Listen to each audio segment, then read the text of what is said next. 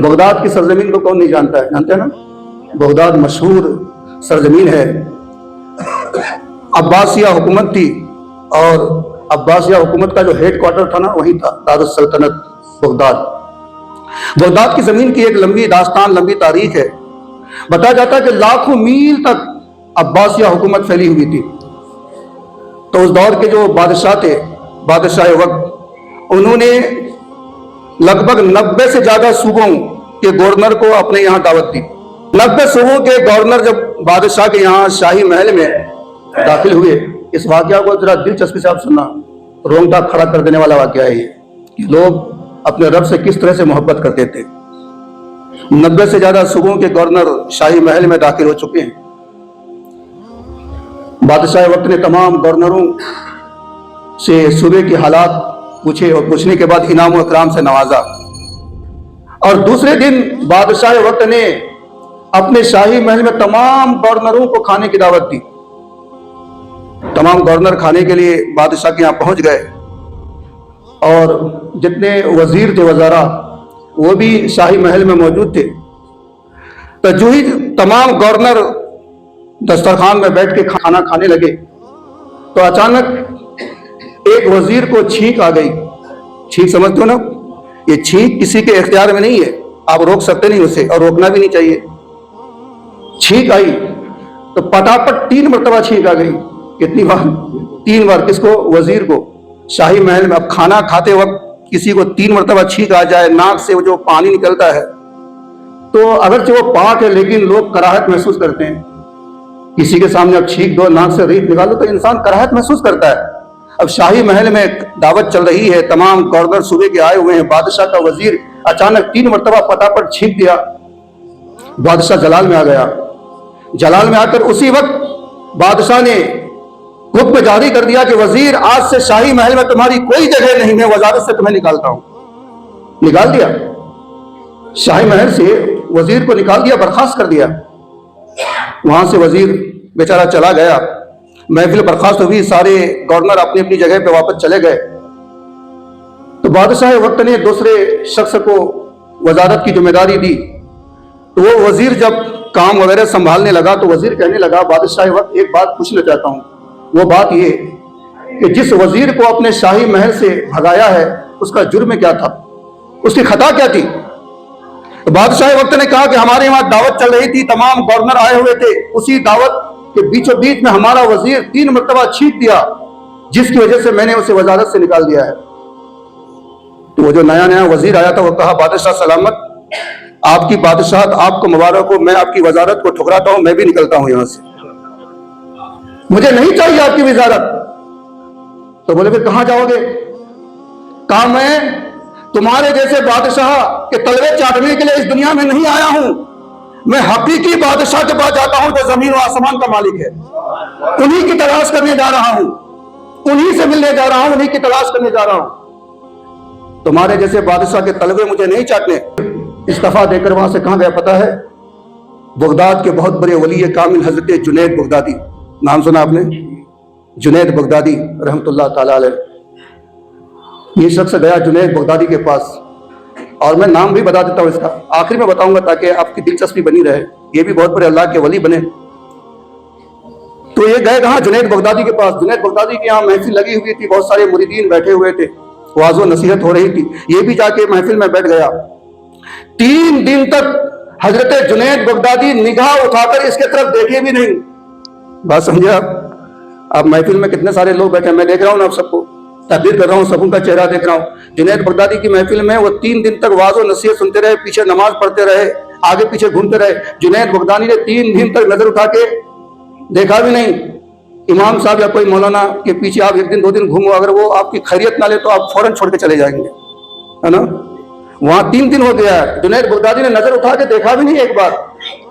3 دن کے بعد مجلس لگی، چوتھے دن تو جنید بغدادی نے اپنے ایک مرید سے فرمایا کہ وہ جو بیچارہ در بدر بھٹک رہا ہے اس کو بلا کے تو لاؤ۔ جنید بغدادی کے حجرے میں جب وہ شخص آیا تو جنید بغدادی نے فرمایا کہ کیا کرنے آئے ہو، کیا کرنے آئے ہو یہاں؟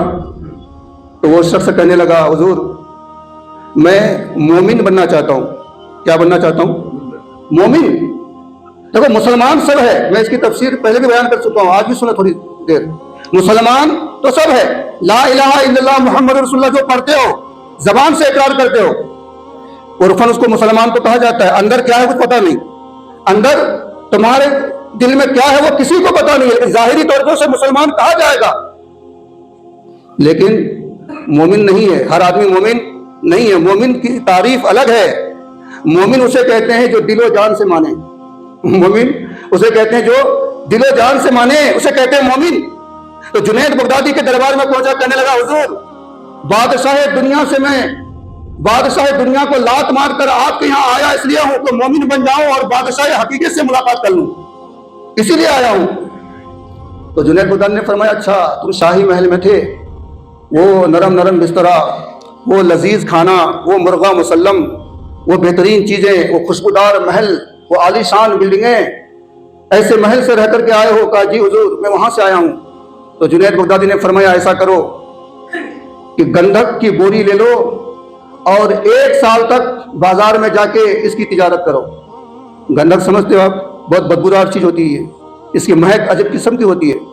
जुनैद बगदादी ने फरमाया कि ये गंधक की बोरी उठाओ, 1 साल तक मेरे महल में मत आना, मेरे पास आना भी नहीं, 1 साल तक जाके बाजार में इसकी तिजारत करो। अब जो बदबूदार चीज जो बादशाहों के महल में रहा हो, जो वजीर बन के रहा हो, जो लजीज खाना खाया हो, वो बदबूदार चीज वो भी गंधक की बोरी उठाकर बाजार में बेच रहा है। कोई अपनी दुकान नहीं, रोड के किनारे में जिसे फुटपाथ कहते हैं वहां दुकान लगा के बेच रहा है। 1 साल हो गए, दिन गिनता रहा, 365 दिन या 60 दिन जो ही साल मुकम्मल हुए, दौड़ता हुआ आया कि चलो भाई जान छूटी। जुनैद बगदादी के दरबार में पहुंचा तो जुनैद बगदादी ने फरमाया कि आ गए? कहा जी हुजूर पूरे 1 साल हो गए। तो जुनैद बगदादी ने फरमाया कि तुम तिजारत कर रहे थे कि दिन गिन रहे थे? तुम तिजारत कर रहे थे या दिन गिन रहे थे? कहा हुजूर तिजारत भी कर रहा था, दिन भी गिन रहा था। तो जुनैद बगदादी ने फरमाया, मैं तो तुम्हें दिन गिनने के लिए नहीं कहा था, मैं तुम्हें तिजारत करने के लिए कहा था। तुमने दिन की गिनती की है तो इसकी सजा और तुम्हें उठानी पड़ेगी। कहा हुजूर और सजा? कहा मोमिन बनना चाहते हो या नहीं? हाथ में कटोरा लो और पूरे बगदाद के महल्ले में 1 साल तक भीख मांगो। भीख? बुजुर्गान दिन लोगों को भीख मांगने से रोकते, लेकिन कहा कि नहीं भीख मांगो। ये क्यों भीख मंगवा रहे थे वो भी मैं आपको बताऊंगा। 1 साल तक भीख मांगो जाकर के बाजारों में। अल्लाह अकबर।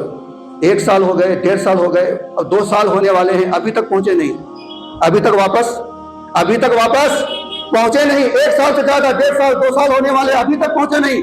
जुनैद बगदादी ने अपने मुरीद खास से फरमाया कि वो जो वजीर साहब मोमिन बनने के लिए आए थे, लगता है इश्क इलाही में दिन गिनना भी भूल गया है, कहीं से तलाश करके लेके आओ, लाओ से पकड़ के तलाश करो तो सही कहां है वो।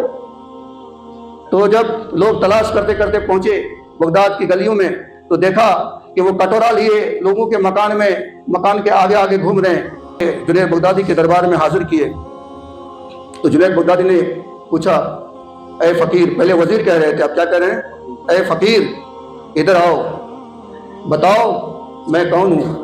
का पता नहीं। उन्होंने क्या कहा? उन्होंने कहा मुझे पता नहीं। जुनैद बगदादी ने पूछा, मैं कौन हूं बताओ? कहा मुझे पता नहीं।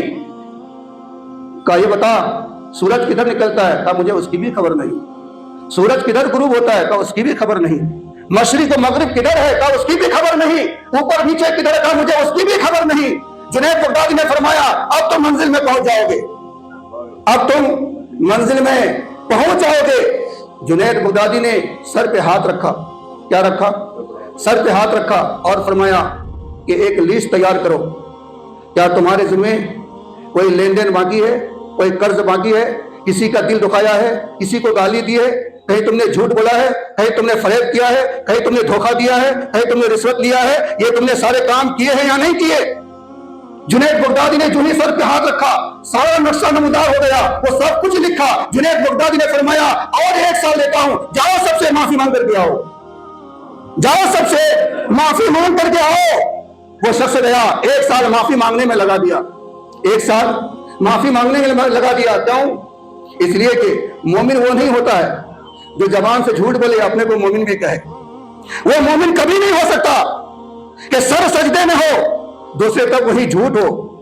मोमिन वो कभी नहीं हो सकता जो रिश्वत भी लेता हो, धोखा भी देता हो, फरेब भी देता हो, जो नाजायज काम भी करता हो और अपने को मोमिन कहता हो। मोमिन वो होता है जिसकी जबान झूठ से पाक हो। मोमिन वो होता है जिसकी आंखें हरामकारी से पाक हो। मोमिन वो होता है जिसके दिल में अर्श खुदा बसता हो।